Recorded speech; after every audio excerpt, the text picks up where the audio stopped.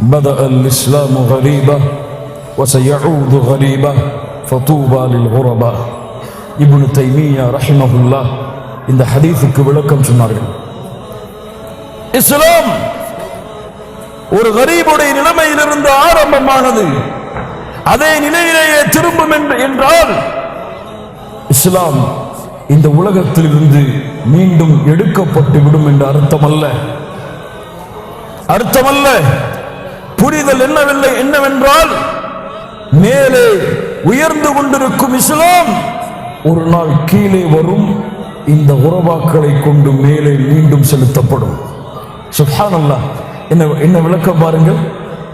உறவாக்கள் ஒரு இஸ்லாம் மேலே வந்து கொண்டிருக்கக்கூடிய இஸ்லாம், ஆட்சி அதிகாரத்திலே வாழ்ந்த முஸ்லிம்கள், உலகத்திலே கண்ணியத்தோடு இருந்த முஸ்லிம்கள் மீண்டும் கீழே வருவார்கள்.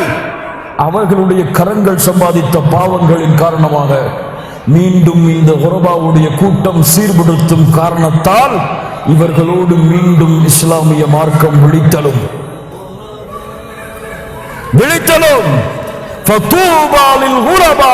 அதற்குத்தான் இந்த வார்த்தையோடு அல்லாஹ்வுடைய தூதர் இணைத்து சொன்னார்கள். அந்த குரபாக்களுக்கு நற்செய்தி உண்டு, அந்த குரபாக்களுக்கு நற்செய்தி உண்டு.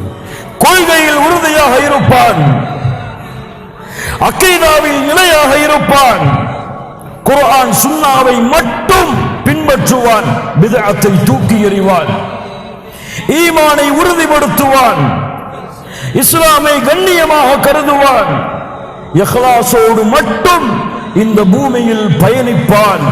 பூமியில் அவனுக்கு யாரும் துணைக்கு இருந்தாலும் இல்லை என்றாலும், உலகம் அவனை ஏற்றுக்கொண்டாலும் ஏற்றுக்கொள்ளாவிட்டாலும், ஒரு நாளை ஒரு நிமிடத்தை எதிர்பார்த்து தன்னுடைய பாதத்தை எட்டி வைத்துக் கொண்டிருப்பான்.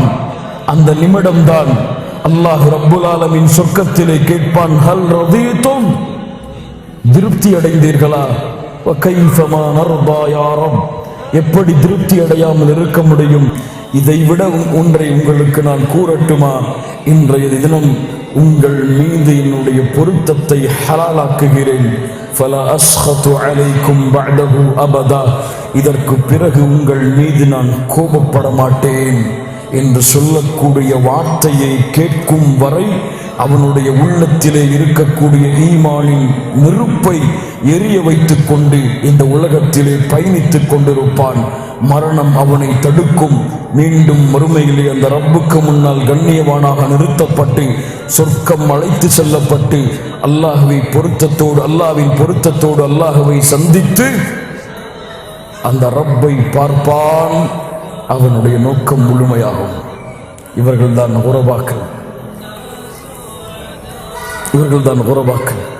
அந்த வழியிலே பயணிக்கக்கூடிய பாக்கியத்தை அல்லாஹ் நமக்கு தருவானாக.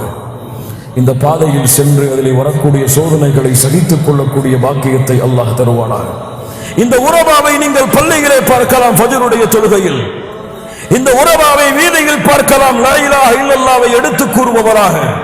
இந்த உறவாவை தெருக்களில் பார்க்கலாம், பள்ளியிலே தொழுவதற்கு நேரம் இல்லாத பொழுது தெருக்களில் வீதியில் தொழுகையை நடத்தக்கூடியவர்களாக.